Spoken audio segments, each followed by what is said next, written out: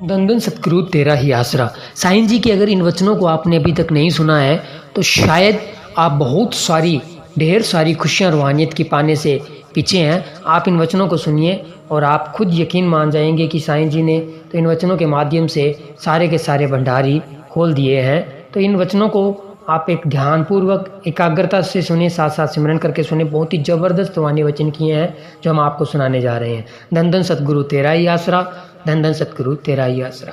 काल परमात्मा का बनाया हुआ है और आत्मा भी उसी परमात्मा की अंश है। काल ने भक्ति करके मालिक को खुश कर लिया, जिस पर मालिक ने उसे अपनी रहमत का एक कतरा प्रदान किया। उसी एक कतरे के द्वारा काल ने 3 लोक त्रिलोकी की बहुत ही खूबसूरत ढंग से रचना की है और फिर भी कतरा ज्यों का त्यों रखा है। काल रूहों का निर्माण समय नहीं कर सका। मालिक ने रूहों को भेजा कि जाकर काल की रचना देख आओ, परंतु रूहें काल की रचना बनावट को देखकर इसी की बनकर रह गई। काल ने इन रूहों को अपनी शक्ति से अपने फरेबी जाल में ऐसे फंसाया है कि ये यहाँ से निकलने का नाम ही नहीं लेती है। इसी काल के देश को अपना जानते हुए अलग अलग चोला धारण कर बार बार यहीं पर चक्कर लगा रही है। इसलिए इन्हें वापस ले जाने के लिए कुल मालिक ईश्वर को समय संत जनों का चोला पहनकर आना पड़ता है। काल के देश में संत महात्मा कोई भी जाहिरी करामात नहीं दिखाते, बल्कि मालिक के हुक्म अनुसार अपने वचनों के द्वारा जीवों को अपने घर का संदेश देते हैं। जो जीव संतों के वचनों को मान लेता है तो संत सतगुरु उसे प्रभु की भक्ति का ढंग समझाकर नामदान बख्शकर उसको भक्ति में लगा देते हैं।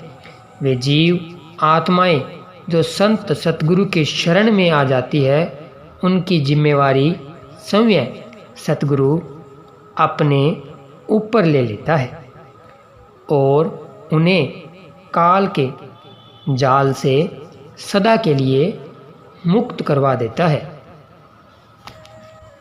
रूहों को इस प्रकार अपने जाल से निकलता देखकर काल को बहुत दुख होता है।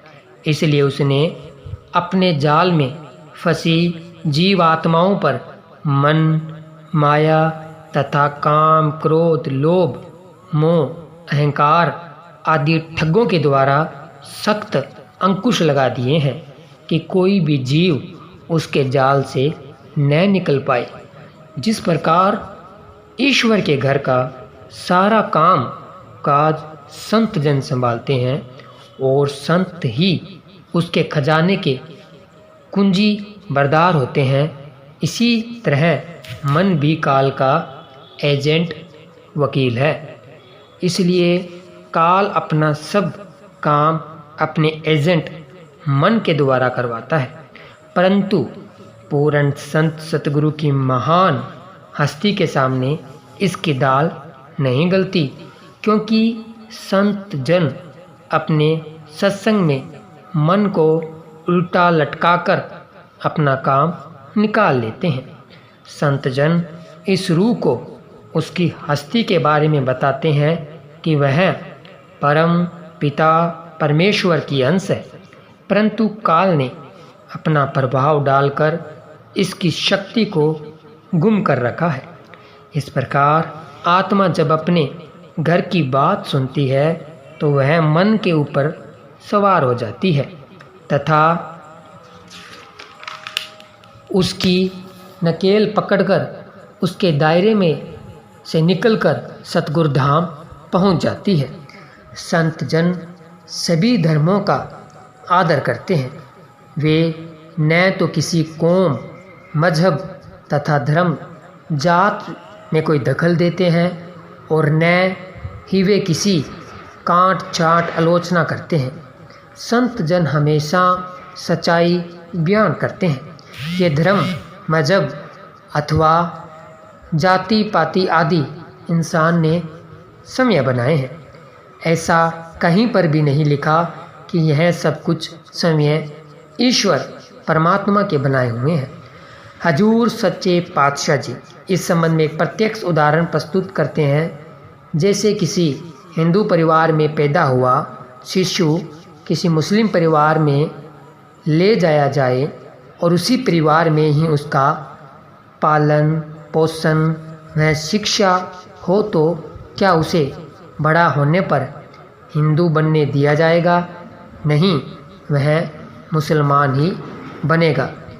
इसी प्रकार किसी मुसलमान परिवार के नवजात शिशु का पालन पोषण किसी हिंदू परिवार में हो, तो क्या वह बड़ा होकर मुसलमान बनेगा? नहीं, वह हिंदू ही बनेगा। जन्म से यह किसी के भी माथे पर लिखा नहीं होता कि वह फला जाति धर्म या मजहब से संबंधित है। अगर ऐसा होता तो फिर माना भी जा सकता है कि यह सब कुछ खुद परमात्मा ने ही बनाकर भेजा है, परंतु ऐसा नहीं है। धर्म जाति वर्ण आदि सब यहीं मर्तलोक में ही बनते हैं। इसलिए संत महात्मा उपदेश करते हैं कि इंसान को इन झमोलों से उठकर अपने सतगुरु परमपिता परमेश्वर की भक्ति करनी चाहिए। परमपिता शाह सतनाम जी महाराज फरमाते हैं, धर्म जात मजहब कोई मालिक न बनाए हैं। धर्म जात मजहब कोई मालिक न बनाए हैं। हिंदू सिख ईसाई कोई न पंडित मौलाना है। श्री गुरु गोविंद सिंह जी महाराज भी यही फरमाते हैं, एक पिता एकस के हम बारक, एक पिता एकस के हम बारक, मानस की जात सबे एको पहचान वो। नाम शब्द ही ईश्वर की भक्ति व प्राप्ति का असल मार्ग है। यह कोई मत नहीं है और न ही कोई विशेष धर्म या परंपरा है, बल्कि यह तो एक विद्या है। धन धन सतगुरु तेरा ही आसरा, धन धन सतगुरु तेरा ही आसरा। संत महात्माओं के, साईं जी के ये महान वचन हमारी ज़िंदगी को, अगर हम एक भी लाइन इन वचनों को मान लेते हैं तो हमारी ज़िंदगी को पल भर में बदल सकता है और हमारी दुनियादारी के सारी परेशानियों को जड़ से ख़त्म कर सकता है। तो इन वचनों को सुनकर आपको कैसा लगा कमेंट बॉक्स में ज़रूर बताएं और कमेंट बॉक्स में सतगुरु का बख्शा हुआ पवित्र नारा भी जरूर लगाएं। तो मिलेंगे एक और मेहरबानी वीडियो में, तब तक के लिए धन्यवाद। धन धन सतगुरु तेरा ही आसरा, धन धन सतगुरु तेरा ही आसरा।